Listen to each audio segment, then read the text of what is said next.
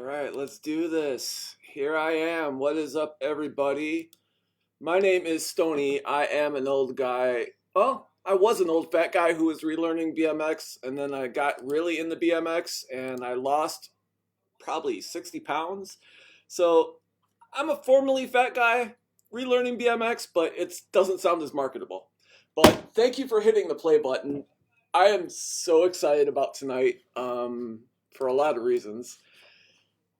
First, before we get into any of that, tonight is Jim Smith's birthday. I don't know how old he is, but Jim was in the episode where he had never ridden a skate park, and then I took him to like three of them, and by the end he jumped every single ramp there, which is one of my favorite episodes. And Jim, happy birthday! I'm glad I met you, and I'm looking forward to riding with you and hanging out in the future. And nothing but good energy coming your way. So, all right, let's do this. Last week, Dave Nourie hit me up, and he's like, "Hey, I got this going on. You might want to look into it." So I did, and I loved everything about it. So I was like, "Hey, let's do a live stream. Let's talk about it. Let's tell more people about it." So that's what we're going to do tonight. And right now, it is my honor to introduce you to the one and only Dave Nourie. Thank you for joining us on OFG BMX, sir. Hey, thanks for having me, Stony. And I just got to tell you, I am still working on the fat. I'm an old guy, but I can't say that I really got the fat status yet. So I'm working on that. So maybe check back in 10 years or so. I might have that belly going. But for right now, I'm still pretty trim. I'm about a buck 45. So Well, last time I saw you, you look great. I don't think there was an ounce of fat on you, so you got nothing to complain about, man. yeah, I'm pretty fortunate to have my health at this age. I just turned 56. So Man, good for you. Are you in getting Chicago up right there. now, or are you out of town, or?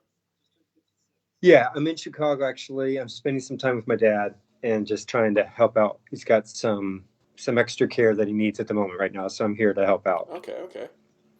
Um, are you riding at all lately? I'm. Well, the last time I was at One Love just this last weekend, Mhm, and I did bring my bike to Chicago. It's cold as heck here. mhm, It was like 15 degrees was the high. mhm.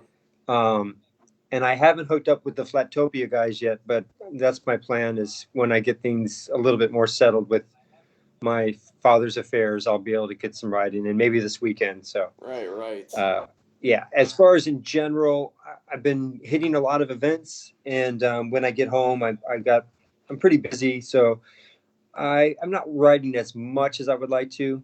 I always can find more room to ride. Mhm. Well, let's jump into this, man. I have all kinds of questions for you. We got some people in the chat. There's a gentleman, Josh Fay, says you're the living legend, one of the greatest. So that's a nice thing to. That's a nice way to. That's a nice tone to start things off, I would say. Well, thank you, Josh. That's awesome. I'm curious. Ask him what uh, what makes a living legend, because I always feel like that legend terminology, like how do you live up to that? I want to make sure that I don't drop the ball. Well, do you feel? I'm just curious. Do you feel like a legend? Because I feel like, you are a big deal in the BMX world. You always have been, and like you earned the title. But do you feel like it? yeah, I kind of just feel the same that I've always had, where I just have so much enjoyment hanging out and riding with people. I feel a bit more obligated, not in a bad way of obligation, but just obligated to continue Mm, to ride and like take good care of my health so I can ride longer, and then to share, I don't know, just share the wonderful aspects of BMX and the whole community. mm, So I don't know if that's the formula for a legend, but I feel very fortunate to have such a great community. Every place I go and I show up to these events, I'm very well received, and people, I don't know, just have so much fun, hanging out. and doing stuff. So the latest thing I've been doing is when I take pictures, someone says, "Hey, let's take a picture together," and then I get them to get their bike out, and we do some kind of dual trick, like something that's kind of a balance in a weird position and a Miami hopper, and try to get them to do something, because I feel like I just don't want them to have yet another headshot of Mm-hmm. somebody. I want to have something that is more memorable. So I've been doing quite a bit of that, and that's been a lot of fun. To the point where some people are like, "Oh yeah, you might want to not be prepared if you ask to take a picture with Dave Nourie, because he's going to get you to do some funny, pose or some trick or what have you." So Well, speaking of, and this is a perfect segue, you made it out to One Love Jam, and Scotty Kramer and his brother Matty found you, and they did some filming with you of you guys both doing the same thing. Miami Hoppers, I believe it was, and Vanderroll. yeah, yeah, actually, but that wasn't One Love. That was York York Jam. Jam. I'm sorry. Yeah. Yeah, yeah, that was York Jam. Yeah, it was pretty cool how that came to be. So, first time I've been to York Jam all these years, and I've been thinking about it for the last few years, and I just haven't been able to pull it off. And I kind of surprised everybody. Nobody knew except for my sponsor who flew me out, which is Reclamation Bikes. So Fred Gates and Robert Riley were the only two that actually knew I was going. And Joe Sisman, my partner in crime with Fact or Freestyle, was there, and I wanted to surprise him and Brett and all the plywood hoods. And so I get there, and it's just amazing. Just so many riders, perfect day out. Mark Eaton's just cutting away with the tunes, which are very motivating to ride. And then Brett says, "Hey, I want you to meet someone." So he called me over and said to Scotty, "Hey, if you want to see Miami Hopper, this is your guy." And so Scotty Kramer and Maddie wanted me to do a Miami Hopper.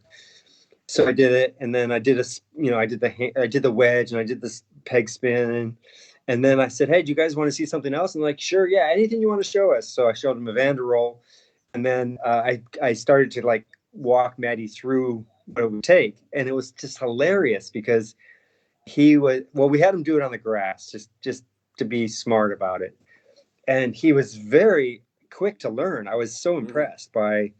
He probably tried it like 5 or 6 times, and then he was able to pretty much roll out of it. He didn't have a coaster brake, so it's a little harder. With a coaster brake, you can put one foot down and then pop up Mm-hmm. easier.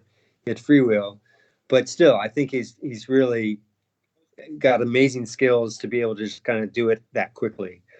And just recently, they posted something on their channel with it was all Maddie's tricks that he learned. He learned a bike flip. He learned varials. I mean, he learned some amazing tricks in 2021.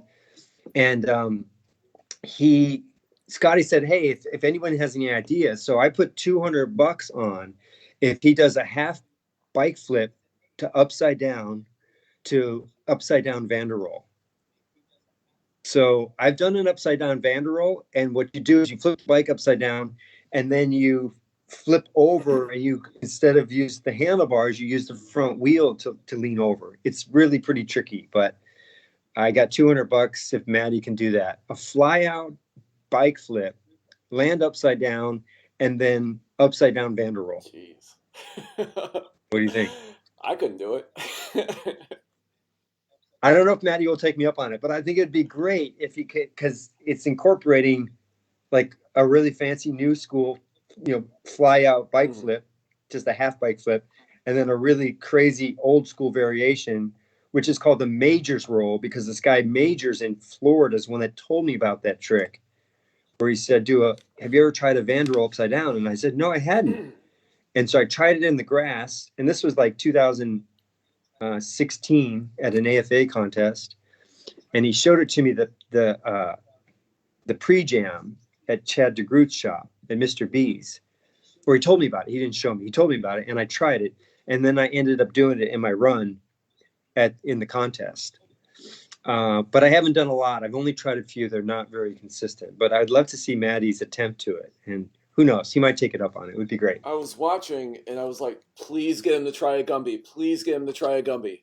Because, like, the newer kids, they've never seen that. Like it's still mind blowing to me, but it's really mind blowing to them. Was that something you were wanting to get them to try and just Uh, yeah, I don't know. I felt like I wanted to be respectful of their time. I mean, they were at the whole event and they had, I'm sure, lots to cover. So I was more than pleased to be able to get them Miami Hopper and the Vanderroll in. So yeah, I would love to do more stuff with them though, just because I feel like whenever they do an old school segment, they seem to get a lot of views. It seems to be a pretty popular segment for sure. so you had mentioned Reclamation Bikes and Robert and Fred. Uh, how did you hook up with them as a working relationship? Well, there's a very intense process to get on that team. They have a vetting process that takes years and years. And no, just kidding. I knew Fred quite well from back in the day. We did shows together in Japan. We were there for a month, and we did it at it was at Venture World, so it's kind of like a wild animal park and a Sea World kind of combined. And so, and we somewhat stayed connected over the years. And then once Haro started doing a lot of these uh, repops, and I kind of got back into contest again. And Haro did some of those reunion shows, like they did it in Germany. The first one was in 2009. And then I saw Fred at an old school event, and he was just telling me how he's been helping riders out to get to events. And I was just sharing with him how much I'm having so much fun just traveling around and getting back on the road more. And he's like, well, I can see what I can do to help out. And then since then he's been um, just been wonderful. He's been able to get me to all kinds of events and made it possible for me to. I mean, just this last year, I went to One Love. I went to, well, that was this year, but One Love, York Jam, twice to San Diego, two times to Portland. I did a show in Seattle. I went to the Cornhuck Jam Unadilla, in Nebraska. Omaha. Yeah, and so yeah, Fred and Robert have been great to support in all these endeavors. All right. Are you still? Do you still have an active relationship with Haro? Yeah, so they still provide me bikes. I've been riding the same bike since 2027. They sent me a new Grandmaster, and I just haven't put it together yet. It's a 19.5, and I'm riding a 19. And I know it's only a half an inch, but I'm just waiting for the right timing and where I have some time to get used to it. But reclamation bikes, like Fred is just into supporting me, and he's like, "You've always ridden a Haro. Haro's kind of in your blood, so ride a Haro." He doesn't really mind if I'm not riding a reclamation bike, so that's pretty awesome. Well, you've seen all the ins and outs of the industry. Have you ever considered Dave Nourie company, like Dave Nourie BMX? I mean, yeah, I mean, I don't think with as far as hard goods, but the main thing that I've been focusing on is teaching. Like I've been doing that. So Norrie's Bikes Academy has been going on for a while, and I've been doing events like in my town for years since I moved up to Oregon. So I'm living in Ashland, Oregon now. So I moved to San Diego, I moved to Oregon to raise my kids, and I started just an event called Bike It, which is just like an annual event. Then we started doing them a couple times a year, and then I started teaching more at the Y, and then more recently I just kind of did it on my own. So that's been really good. But it's not, I don't know, it's more just, I feel like a way to give back. It's not, I don't feel like I want to form a whole big company around it. I just want to go out there and teach some classes. And then I do like to travel and do it. So we're going to come up another thing that's happening in Changa um, in February 19th, Saturday. We're going to Chris Young and I are going to put on a bike skills class for anybody that wants to learn bike skills, and of all riders, like whether you want to learn flatland or whether you're more of a park street rider. We're just trying to give some of our experience with some of the basic flatland maneuvers or just bike skills. So that's going to be kind of fun. I'm excited, and that it seems like there's more and more people that are showing up. So from what I hear, well, Joe Sisman is going to come out, and it seems like there's some other people. The word is getting out, so it might turn out to be a pretty fun little event. Okay, that's cool. So it's I don't understand how. Well, I have this theory. I don't think any of the flatland riders in the big picture get the recognition that they deserve. Like you hear about your Matt Hoffmans and your Dave Miras and all the guys that ride the ramps and go really big, but your Dave Norries and your Dennis McCoys, yeah, you get recognition, but you deserve way more. Like Rick Allison, another example, amazing rider, huge influence on BMX, and like you all you almost you don't hear as much about him as you should. Does that make sense? Yeah, I can kind of relate to that, and I don't really know if that will ever change. It's great that the X Games is putting Flatland back in. That's going to be huge. I feel like I think it's awesome that it's in Japan because the Japanese scene is just blowing up and it's just insane what they're doing. Just the young riders that are coming out of Japan are just raising the bar. So I feel like I don't know. I never attempt to compete against the quality of I don't know fame or recognition that a good park or ramp or street rider gets because I don't know it. There is a different element. I mean, I know that flatland is risky on some levels, so maybe that's part of it. It's the risk and the thrill factor that gets more coverage or more Mm. attention. But um, we had our first show for Factor Freestyle. We had Pete Augustin on, so this was a year ago, and I was really blown away because Pete at the very end of the call spoke so highly of Flatland, and he was going on and on about how he said it would take over 200 million years for him to even begin to learn half of what the new school Flatland riders are doing. And he just thought it's a lot easier to correct when you're out there riding a park or a ramp. Where Flatland, you have to be spot on, and it's so easy to fall off, step off, mess up. And so I think the respect is definitely there amongst the community. I feel it, I sense it, um, but maybe the popularity in the general terms, maybe not as much. Well, I've been watching RL. I loved when RL got that Hara Master and sliced it and made it his own and decided to make a big wheel flatland bike. Like I think that was I think he's on the right track of what flatland needs because right now the big bikes are just they're the fad right now. And if you can get all the riders to ride like you on those bikes, I think it's a booming industry all over again. Hopefully. Like, could you see how do you feel about the big bikes and people? Do you think it's a fad, or do you think it's here to stay, or do you think it's just getting started? Oh, I think it's here to stay, and I think it's really cool. I mean, I feel like um, I was that kid.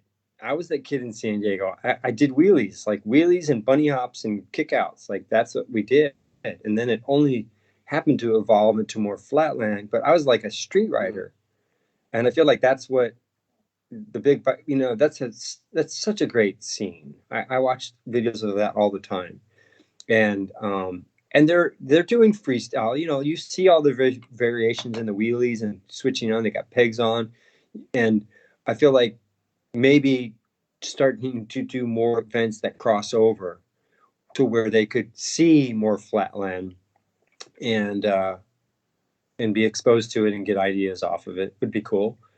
One of the things that Joe and I did with Factor Freestyle last year is we did a contest, and it was an online contest. And then we showed the video of the contest at Cornhuck Jam. And the coolest thing about that was that Cornhuck is primarily street and park. There's not a huge flatland scene. Well, we're building it because Carl really wants to do flatland. He really likes having that as part because he's just got everything there. I mean, it's amazing what he's done in that compound. And there's rumors that Fred's actually going to sponsor to put a slab there so that we could have even a flatland contest there, like an official. Because right now we rode in the room where he's going to have a pump track. So next year there won't be a place for us to ride unless Fred does pull off this slab. But there is rumors or there's talks that might happen. But what I that we showed about 26 different videos. They were 43 seconds long, and it was kind of a fun contest because it wasn't your typical just 3-minute run. We judged you on originality, difficulty, and unexpected circumstances, which is kind of the ability to take anything that you want to do and be creative with it. But regardless, the scene there, the Cornhuck crowd got to see a lot of flatland. Full screen on the side of the wall. They put the projector up there, and I recorded as I was walking around, just listening to people's reaction, and it was amazing. So I'd love to see more of that, where we can get some really hardcore flatland riders, maybe of different genres, not just new school, not just old school, but mid school and everyone in between, to do some of these other events, just to kind of help cross promote it. Well, speaking of Cornhucket, I saw you there. It was, I want to say 2018. Was that your first Cornhucket? It was 18 or 19. I think it was. And there was I want to say an 8 foot by 8 foot little stage. And Dave Nourie is up Oh there yeah. doing, he's doing Gumbies, he's doing Miami Hoppers, he's doing Vander Rolls off of it. But that's not, I mean, that's impressive. It gets better because I've seen footage, Dave in hotel rooms doing Miami Hoppers on beds. And I saw him do a video of Dave doing a Vander Roll off of Carl's kitchen table.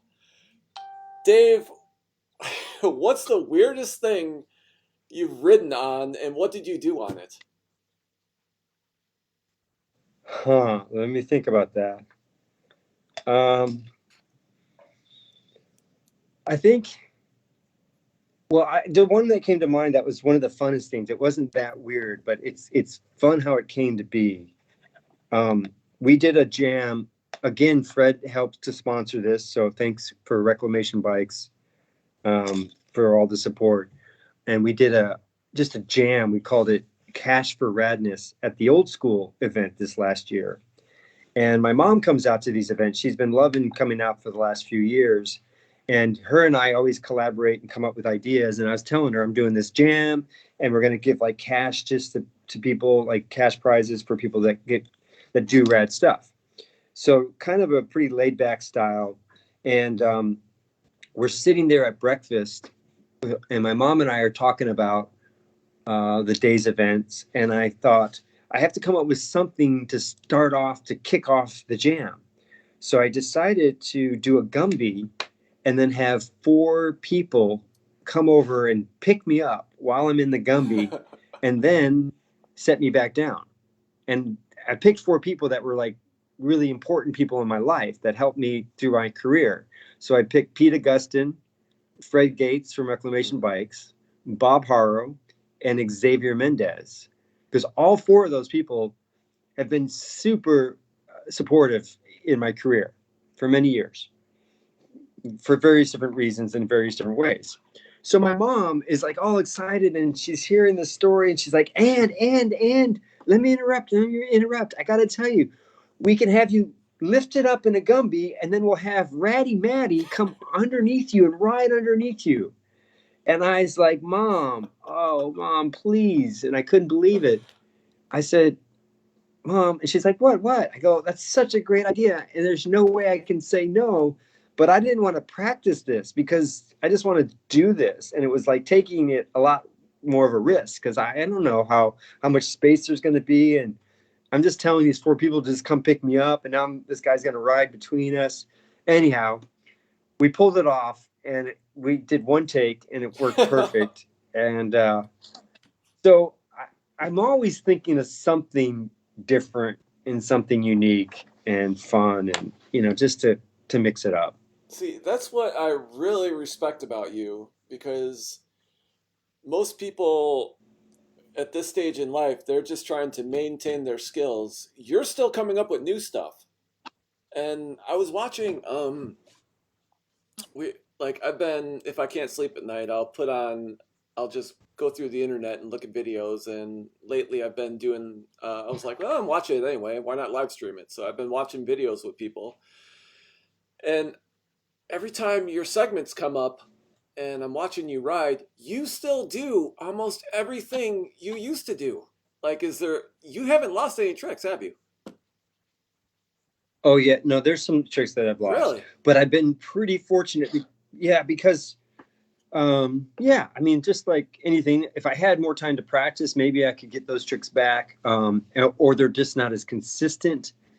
Um, but yeah, I mean, I'm fine with it because I'm really fortunate that I have a pretty long list of Mm. tricks from like no disrespect in any way, but oftentimes you'll see new school riders that will have, just a handful of tricks, and the level of difficulty is extremely high.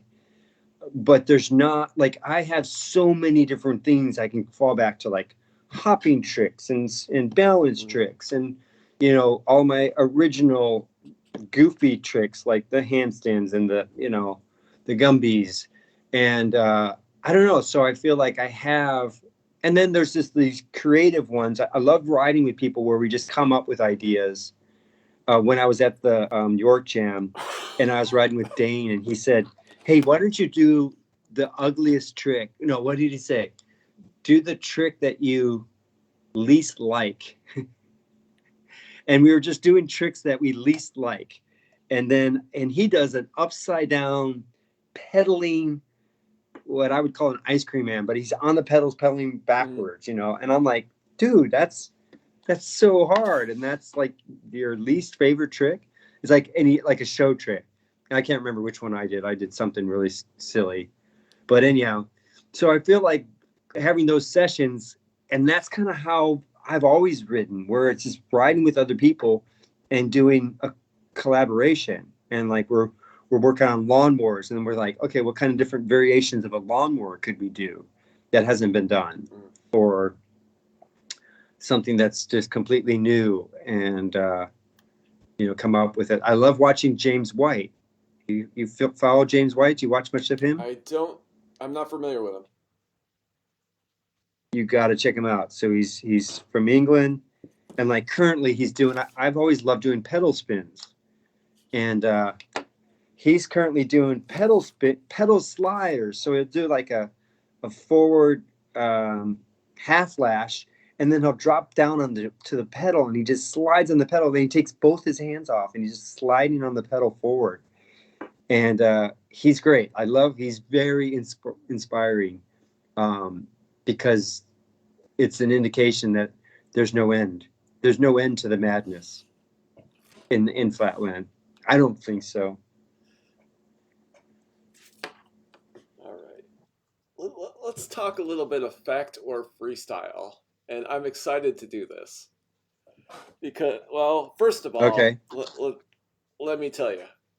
A couple years ago, the first AFA I went to in Detroit, where I met you, there was this guy just walking around with this devilish grin, just mischievous grin on his face, like he just got away with something. And it so much so that it just stood out to me. And I can still see it right now. He was wearing all black. He had a black beanie and just smiling like he got away with something. That was Joe Sisman. And now it makes perfect Yeah. sense. How did the camaraderie and the bromance between you and Joe start? Well, so when I competed in AFA, I got to know Joe pretty well, and I don't know. I've always been a bit of a joker. I think going back to when I traveled with Spike Jones, like he always had bits that were hilarious. One year, Spike had we had our team manager Bill Hawkins come out and for Haro, and he flew to Maryland because he's going to come to the Rockville show. And Spike worked at Rockville BMX at the time, right? So Spike is just got his driver's permit. I don't think he even had his license, but he had a driver's permit, and he looked like he was 12, right? He was just this little kid, and Bill knew Spike and talked to Spike on the phone before, but never met him in person. So, and I think this was Wilkerson and Spike's idea, but a lot of it was Spike. And Spike dresses up like a driver and has a Mr. Hawkins sign, has a driver's cap on, and takes his grandma's like Saab to the airport. We hide out. So the horror team's all there, but we're up above and we're watching the whole thing. Bill Hawkins is this big guy. He's like 250 pounds. He's this big guy. He sees this little kid with a sign and he's like looking around. He can't figure it out.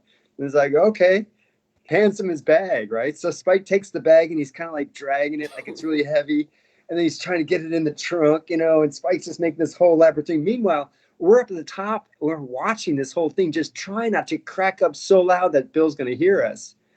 And then Spike gets in the car and he does one of those like gas brake at the same time, gas brake, gas brake. And at one point, Bill was like, "Dude, do you even know how to drive?" And Spike's like, "Oh yeah, no worry. I've got my license like just 2 weeks ago, but I'm good. I'm good." And so that was a hilarious bit. And then finally they drove around, and then Bill saw the horror van and the trailer, and he's like, "Okay, the gag's up." So I don't know. I've had those tour days. I think started it. When I met Joe, we didn't do a whole lot of that, but there was just a little bit of that. Like in the contest, we were just having a lot of fun, and then when the whole pandemic hit and we were really missing like hanging out, like once I got back into AFA and traveling around, it was like back to those times when we share stories and we just have a lot of fun and call people out on stories. And wait, that's not how I heard it. I heard it this way. And you remember what this happened. And so Joe and I just started having fun with it. And a lot of it, the first season, we just ran with it. We came up with crazy ideas, some that we've heard, some that we made up, and we just ran with it. And now we just did a reset because it's been a year, and we're going through and we're doing a bunch of apologies because we want to make sure if we didn't, if we ruffled anybody's feathers, we're going to make sure that we make amends. So I currently have an apology to Joe Johnson because on our first show this year, I apologize to Joe Johnson for creating this story that he might have had ants in his pants. When it turns out, when we had Craig Campbell on, Craig Campbell said, "No, I was the one that had ants in his pants." But I just fabricated this idea, and I'm like, "Hey, Joe, what if Joe Johnson had ants in his pants?" And Joe's like, "Oh my gosh, that's perfect. We'll ask everybody." And we filmed it, and then we showed Joe. And Joe was such a good spirit about it. Joe Johnson was such a good spirit about it. And so I did a public apology. And then Joe put a comment on our YouTube channel and said that he still loves me and everything is good, but that I owe him an apology now because if he thinks that he's the kind of guy that can't take a good joke, then I need to apologize for that. So it's like it's never ending. We're always going to be having content and having apologies and having good times. So it feels like the show is just, it's taking on its own. I don't know. We created a monster and we like it. And it seems like people like it. I mean, we've got some subscribers. We're not lighting the world on fire. And maybe viewers will appreciate it and they'll check it out and get a sample of it. You kind of have to listen to a few shows and start to connect the dots because there's a lot of stream of consciousness that goes through these different shows and episodes. But we're currently, you can actually request to be on. It's not even, you can be on the show by just going to our website. And for 43 cents, we do charge a nominal fee to be a guest, 43 cents. And you can be a guest on Factor Freestyle. And all you have to come up with is some stories or some bits or whatnot. And we're making sure that we're respectful. We want to make sure that we're not pushing the envelope too far to where we create enemies. It's all in good fun. No, it's brilliant because, and I don't know how you guys will have me literally in tears laughing, but when you're interacting, there's no expression on your face at all. Like I'm watching this and I'm like, how are they not in pain, bent over, laughing? And that makes no sense to me. Yeah. Well, most of the laughter we get out in pre-show. So Joe and I spend a lot of time like right before the show, just to kind of rehash like, hey, this is who we have on. This is what we're going to ask. And then just brainstorming about shows. And for weeks and weeks, it was my entertainment. My wife was saying, oh my gosh, you guys are like, you're cracking up so much up there. And she was feeling like she was missing out. She's like, I want to be a part of that conversation, and I can see why, because, I'm just super animated and super just like, oh, Joe, and we'll do this. And how about we get Scotty Freeman on and we like to surprise guests. So we'll tell one guest, okay, we want to have you on, but we won't say who the other guest is. And then it's kind of like, you're at a bar or you're at a restaurant and then, your buddy just walked in and that's the reaction that we want to get. So we're trying to be really creative in our setup, creative in our dialogue and in our questions, not like, how'd you get into writing and what's your latest, that's done. There's plenty of podcasts and they're great and I love them. But we're also just trying to figure out how to freestyle, make it very, very much a creative outlet for sure. Well, with BMX, the audience can only grow so big. Have you guys thought about taking that same format with different topics, like maybe a Dave Nourie and Joe Sisman cooking show? Wow. That's, or pets. Pets There are you big go. too. Yeah. Um, I like where you're going with that, Stony. And really, really, Joe and I both feel like we're committed to the BMX community. I mean, hands down, we feel like, yeah, we don't care how big it is. We don't care. We joke about our subscribers. So I think we actually have about 300 subscribers. But oftentimes we'll just cut that number. We'll just drop the last number. So we're like, hey, we've been on for a year now. And we've already got 38 subscribers. Like literally, we don't really care. If there's 5 people and they're laughing, then that's worth the time. And you being one of them. Yeah. And I've heard it, like when I go to events, people know, so people are watching and they're getting something out of it. So that's enough for us. Now, since we did this reset, we're going to kind of just change the direction a little bit because it got to the point where some of the conversation was so uncomfortable for me. So Joe is like the ultimate, he pushes the envelope. And I like reel him back, and I'm like, Joe, wait, now, come on, now, that's pretty ludicrous. That's like, I don't know, some of the things that came up in the conversation. It's just like, whoa! And we get Large Ray in on it, and Large Ray's got some amazing stories. So when we did this reset, we're just trying to, well, like I said, apologize for anybody that we might have offended, and then also. The underlining is how we can see like the butterfly effect, Mhm. when there's a small, very insignificant thing that happens in somebody's life that changes the course of history, right? So, and I know you've watched the show, so I'm going to kind of segue into this. So we call him Big Kevin. Big Kevin Sorry. was the guy who shook Bob's hand. Okay, did you Oh hear my about this? God. Time out. I gotta jump in. Okay. Okay. I'm sorry. I normally I can keep my composure. They did this. Oh God. Okay, I would compare it to the film The Aristocrats, where it's the same joke being told over and over again, but it's with people, and I don't want to give it away because you really want to watch this one. Pete Augustine. I thought he was gonna start punching holes in the windows in the car. he just he just like so much animosity about the situation, and it was just, and then you just kept bringing it up and every time you brought it up it was a little funnier, and just did you, like, you couldn't have planned it to work out this way.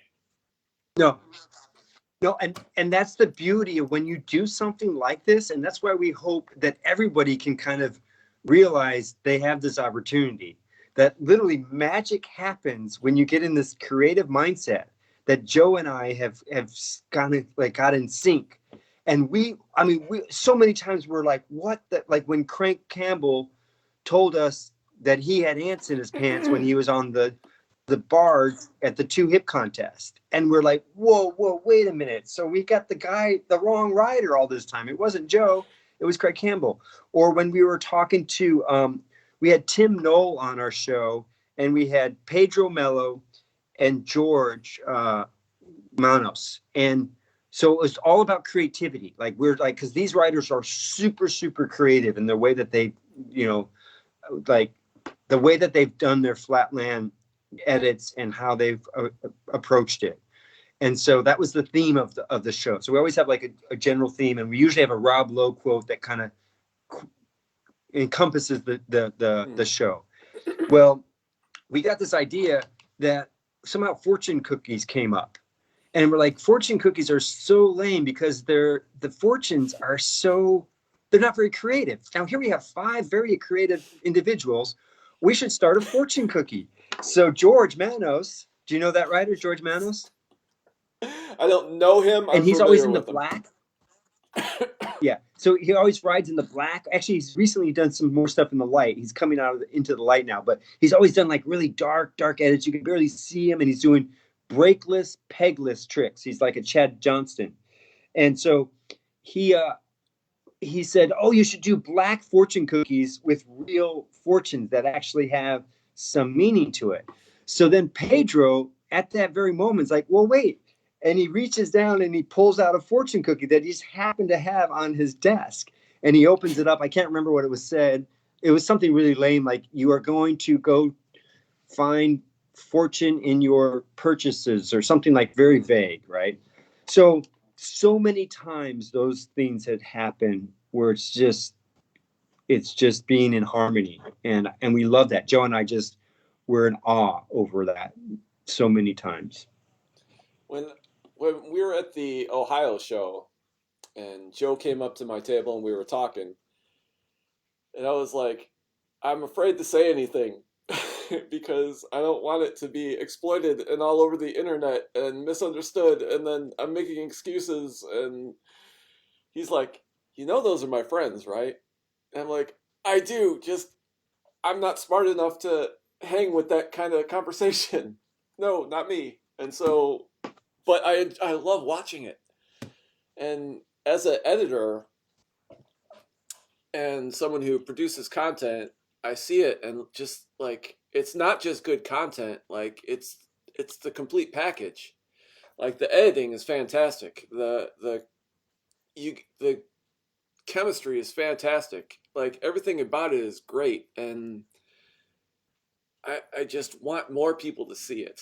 You know, like it Mm. deserves thousands of hits every episode. Does that make sense? Yeah. Well, and maybe in due time, but I think it's great that we aren't really hungry for Mm, that. It would be nice. Sure. And I really like comments. Like anybody that's listening right now that happens to go on and sees an episode, I don't care what the comment is. It can be anything. But comments are great because then it's that interactiveness. So we did one thing where Cool Stop sponsored us, right? So Cool Stop sent us a bunch of stuff. So I said to Joe, I said, Joe, we got a new sponsor. Um, Initially, we didn't have any sponsor, and we're like, you know what, anything goes because you can say anything on the show because we don't have any sponsors, so it's not like anyone's going to pull out. And it's just this fun, lighthearted. We get Ron Wilkerson on, like, hey, Ron, why don't you bring back Wilkerson Airlines and sponsor our show? And he's like, sure. So we got Wilkerson Airlines to sponsor us. They don't have anything, but they're sponsoring us. And then we got Xavier Mendez, and we said, Xavier, will you sponsor the show? And he's like, so we got Xavier Mendez, but I don't know what his business is even. And then we got Dom Phipps, the guy that does the birth of BMX, or the rise of BMX and the birth of BMX. He basically was going to sponsor us with shoelaces, I think. So we're just jokingly, but when we actually got a real sponsor, we got Flatland Fuel and we got Cool Stop. And when we did Cool Stop, I'm like, okay, we're going to give some brake pads out. And I took a receipt from the restaurant that I was at. And I'm like, okay. And I had the receipt up. And I said, if you can read these numbers, you got to message them to me. And the first person to message to me, you'll get a package of Cool Stops.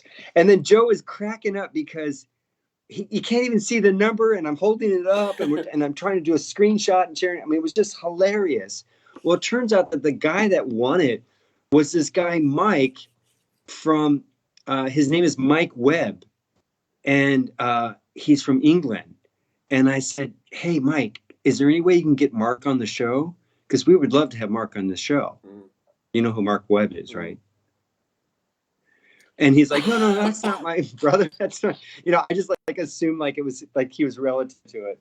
And like those are the kinds of things that just happen. We just have fun with it, and who knows where it's going to go. And now Mike, he got his little package, and I think he's definitely another fan of the show for sure. Well, after the reboot, what kind of things what kind of plans do you have coming up for Reflector Freestyle? Okay, so again, it's like you kind of played this out really well, where we got Joe, and he's like the king of over memeing. I mean, he memes everything to the point where I don't get it a lot of times. I'm like, Joe, he sends me this stuff, you know, wakes me up in the morning with this stuff because I'm on the West Coast, he's on the East Coast. And I'm like, what? I'm trying to make the connection to the point where one writer that I've known for years and very fond of this writer, highly respectful writer, and I can't mention his name because he said, I don't want to be on the show. Okay. Like, and he was like, no disrespect, but I don't want to be on the Mm, show. And it kind of got to me. I'm like, gosh, I don't want anyone to feel that way. But Joe had put something on there, and he was just making a fun little meme, and it wasn't anything hateful, but it's not for mm, everybody. And I have to kind of learn that. That's a muscle that I have to stretch for right. myself. Is that we might get people that actually don't like us, and that's hard. But Joe, on the other hand, I feel like he's got to just be, not contained, but just a little bit not so rough on the edges, right? And so we talked about doing this restart, and we talked about making these connections. I'll go back to that story. So Big Kevin, which we'll hear more about Big Kevin, but Big Kevin was the guy that first shook Bob Harrow's hand, and he shook it really hard. Oh wait, Bob shook his hand and gave him like a real limp handshake, and Big Kevin said, what, didn't your mom raise a man? Don't you know how to shake a guy's hand? And that, because of that interaction, we have the whole sport of horror of BMX freestyle. Like those are the kinds of things that we're trying to make the Big Bang Theory around these different events. I mean, we all have it. I have my story when I went to my first contest, and it was like, that turning point that opened up the door. And so we want to give a platform for people to find those little gems. But on top of that, so we're going to still continue the show. Anyone can be pretty much a guest. We're not going to, I don't know. I guess if someone was really out there, we might have to be careful, but we don't do it live, so we can always edit out. But we want to have anybody that wants to be on there has something to share. So we have the web show, then we have contests. We'll do more silly contests. We're talking about just various different contests that aren't typical, like a contest where you're allowed to touch the ground on your flatland run, and it's called sneaky touch. And if you touch down and just do it very sneaky, you get extra points, because I think that would give the pressure away. Like, people would try harder stuff maybe, and if you touch down, then you might get extra points.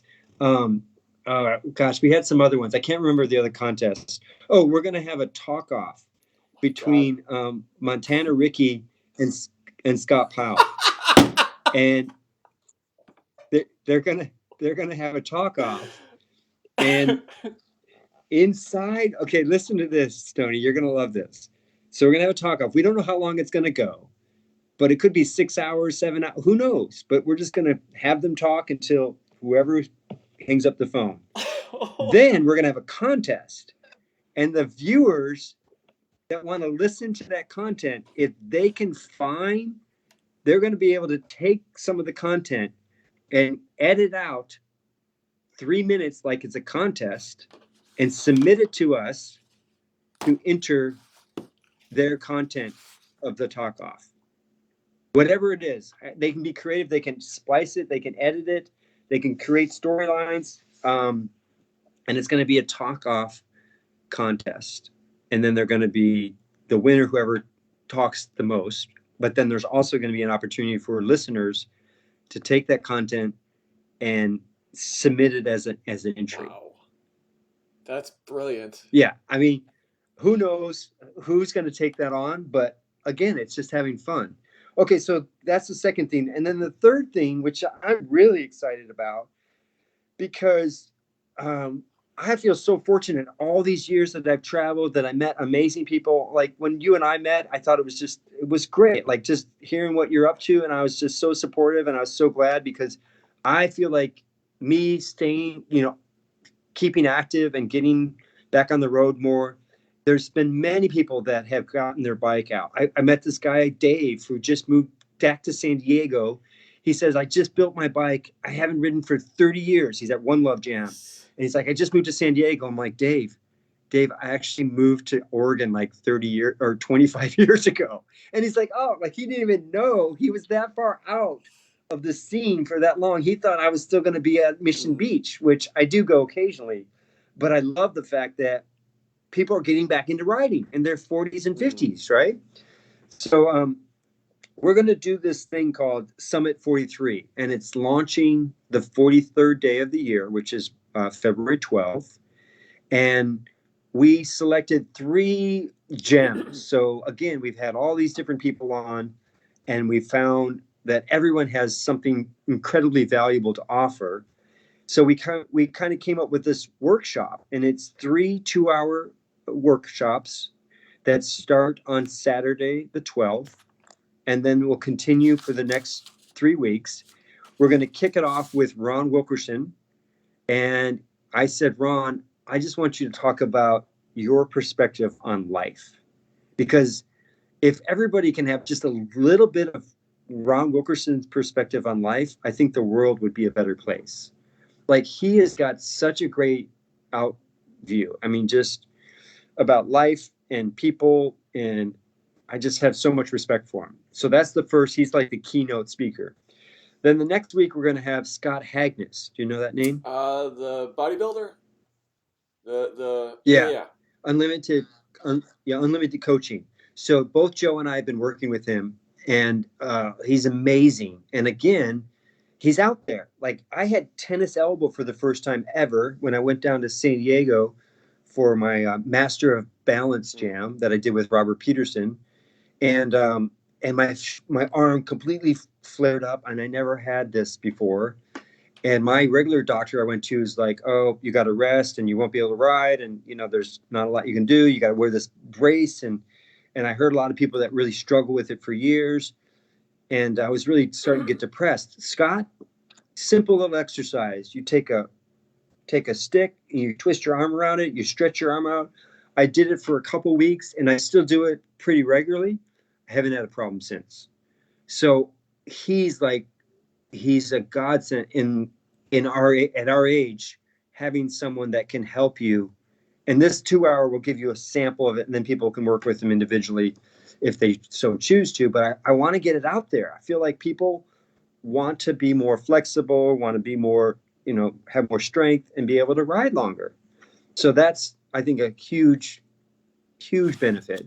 And then the third guy, who again I'm super excited about because he's such an amazing person, Mr. Bill Nitschke. Yes, Love Bill look at that Nitschke. guy. Love Bill He Nitschke. is he's such a powerhouse, like he always has been. And he's mainly going to talk about how he's been super successful in his livelihood, basically doing something that he loves and earning a living at it. And that's another thing that I feel is so important for people, because a lot of people, they have their job and then they get to do the writing. And I'm saying that's fine and that can work, but what about if there's even ways to open up possibilities to figure out ways to make money that are more in line with your writing? That would just be all the better, I think, in many cases. So those are the three. Anyone that's interested, you can just go to our website. It's factorfreestyle.com. And under workshops, you'll just see the various different things. We're taking enrollments right now. We're limiting it to a certain amount. I think we're going to do like 20, because after 20, it would get kind of crazy.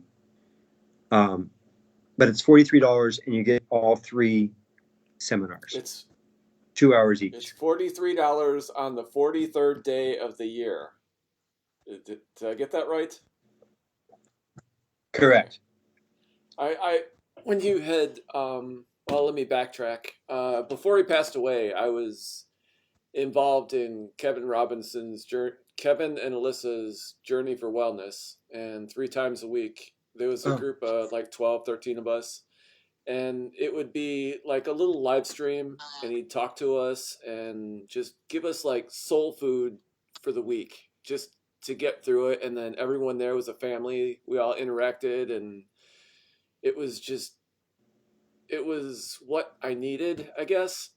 And then after he passed away, it just hadn't been the same. And then when I saw you were doing something along those lines, mind blown. I was just ecstatic. Like when I read your message, I was like,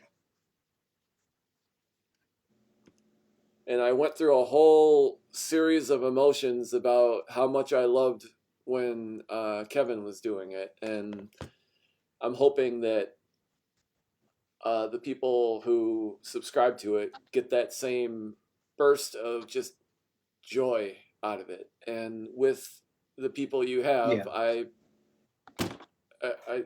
I don't see it not happening, Yeah. Yeah. And I feel like, we all, as humans, apart from writers, apart from type of writing that we do, but just as human beings, we all desire, we just want to be seen, right? You want to be seen on whatever level. You want to feel part of a community, right? And I feel like BMX definitely has that. And you want to feel like you have something that you could share. And I think everybody does. And so that's kind of the overall platforms that we're putting in place. It's like 3 layers. You can come on the show and you talk about stuff. You can talk about stories. You can talk about what you heard. You talk about whatever. You can just share. You can participate in competitions on a very fun, lighthearted way, or you can connect with people that can hopefully shine some lights on areas that maybe you haven't been able to shine as much light on. And like, I think to have a couple hours with just Ron Wilkerson is just, it's amazing. He's such a, I asked Ron, I said, Ron, I have this idea. Joe and I want to do this idea and we want to do this summit. And he's like, I'm in. I'm like, okay, well, I want you to talk about life. And so there's three things that are connected. Have you ever heard of the be, do, and have? I'm not Have familiar you ever with it. heard of that analogy before? So a lot of times people will operate from a mode of, okay, I'm going to do whatever I can have. I'm going to do a bunch of work so I can have the fancy house and the fancy car and da, da, da, and then I'll be happy. And the problem with that setup is that once you finally get everything, and then you're like, wait, why isn't the happiness Mhm. here? But the better program, is this what I've come to believe, and it's true for myself, is that you put the be first, that you just have to be in your best place, your best mindset. So there's that theme that's going through it. So B, I actually have Scott Hagness as the person that's being, because I feel like his physical ability to really get in tune with your own physicality. And then uh, Bill is going to be the do, because he's such a Mhm. doer. Like he shows up 110% all the time. He goes like Mhm. nonstop. He's the doer.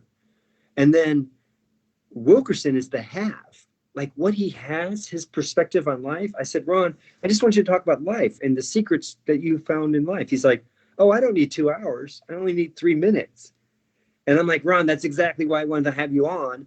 And you can just answer, do questions and answers for the rest, because I think people want to pick your brain about a bit.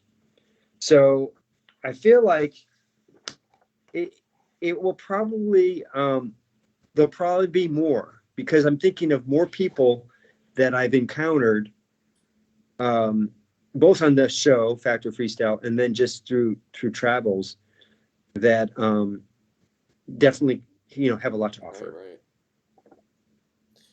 So, were there other people that you had in mind before you decided on those three, or did you know right off the bat these are the guys to do the job? Yeah, yeah, it worked out perfect. I wasn't sure about Bill Nitschke. Um, I knew Scott because Scott already has. I mean, his whole livelihood is based around coaching, so he's kind of set up. Bill, he basically he has a lot of secrets that he's kept to himself about formatting his shows, and he's like, I'm not going to just come out and say it. People are going to have to try to find him. They're going to have to do their work, and that's how Bill is. Like, he's great. And so, not that he took much convincing, but I just kind of had to present the whole idea, and and the whole website is a collective. So we're going to have like memberships, and then we'll have, as it gets bigger, we'll have, at the end of the year, whatever funds we have, we'll send out dividends. So imagine that. So imagine you're part of the collective and you're participating in contests, maybe, or you're doing workshops, or you're just even signing friends up for Factor Freestyle. You can sign a friend up. You're like, hey, put this person's email on there, and then we'll contact them and say, hey, you've just been requested for Factor Freestyle show. All that money as it comes in, we're going to divvy it out to the members, because it's a collective and it's like helping people out. Nice. So that's the bigger kind of picture. And I felt really fortunate because every one, the three that I thought of right out of the gate, they all said yes. They all said, this is a great idea. I want to be a part of it. So I'm really fortunate to have that. You do a great Bill Nitschke impersonation. Yeah. I heard the accent while you were. I didn't want to interrupt, but I was like, "That's good. That's good." Oh, yeah. He's another one that I got really close with when we traveled around doing AFA contests. The first year I came back, and we were both in old school, and we were kind of like battling for the title, and it was a lot of fun. I remember when I first met him. Like in my head, I just went back to being a little kid with BMX Plus, and he did the bunny hop tail whip, and there was a sequence, and I took a video camera, and I shot real quick clips of the sequence so I could play it back and see what it looked like. And then when I got to, Oh, oh really? yeah, I was always a film nerd. And then when I actually got to meet him, I was so excited to tell him about that. And he was like, "Oh, that's cool." And like he's just when I met him, like it 2, 3 minutes in the conversation, it's like I've known him. Like he just has that personality, that it factor that makes you feel like you've known him your whole life. Is and that's when I saw he was part of this, I was like, "Bravo, bravo! The world needs Bill Nitschke's energy." Yeah, for sure. Um, let's want to see what's going on in the chat. Okay, let's do it. There is a gentleman named Brandon DePaul says he signed up for it. And what's up, Dave Norrie? Oh, cool. Uh, Hey, Brendan. Ask him where he's from. Brett, he can hear you. There's like a Oh, where are you from? there's a delay, so it'll take him a second. But also, Joe Gladwin says, "Evening, y'all." Dennis Gennaro, I apologize if I said that wrong. Says, "Hello, legend." Tony Schweilen says, "Where's the audio version of the Joe Sisman podcast?" Oh, yeah. So just go to YouTube and it's Factor Freestyle. Okay. Brandon says he's from Rochester, New York. Nice. Oh, I love this. Okay, so Rochester, New York. When I went to Rochester, New York, it was the first time that Ron and Brian Blyther did the Air Over 540. And remember earlier I was telling you that Bill Hawkins came Mm-hmm. out? Remember he came on Yeah. tour for a bit, the manager, and they were working on this trick. So this was 80. I got to remember the year. So 85, 86. I think it was 87. Okay, 19. Yeah, I said 1987. Now I remember because the announcer was this surfer guy. He looked like Pauly Shore. His name was Nar. So that's how I remembered years. Is because if I remember the announcer, then I know which year it was. 87. We're at Rochester, New York, and Brian and Ron had been talking about doing this air over 540 because they would do double airs on a quarter wide pipe that's like 8 Mm-hmm. foot wide.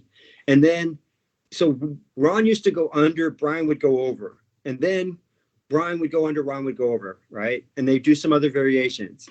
And they're sitting on the kick turn ramp. And I could tell that the conversation was like, okay, we're ready to go for this.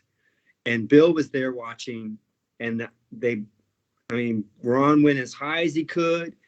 Brian did a perfect 540 underneath it, and they pulled it off clean, and it was unbelievable. And then so that was 87. The last time that they did this was in 2009 when we did a horror reunion show in Germany, in Cologne. And again, at the very end, and the ramp was really hard. They weren't going very high, and Wilkerson had to talk Brian into doing it. But that was the last time that they did that. So Wow. kudos to Rochester, New York. Jeez. It's been that long? Yeah, I guess it sounds about right. Yeah, it's been that Time long since. flies. Yeah, I know it's crazy to think about. 09, Right? right? 13 years ago. This summer it would be 13 years. Are there any plans Wow. for another reunion? So Like a show in the States? I haven't heard.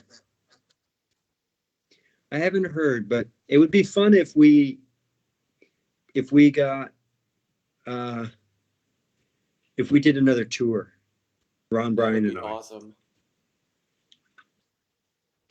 Well, We might be able to pull that off. Dave, we've been doing this for over an hour, which I thank you for all the time you've given the OFG community. I really appreciate it.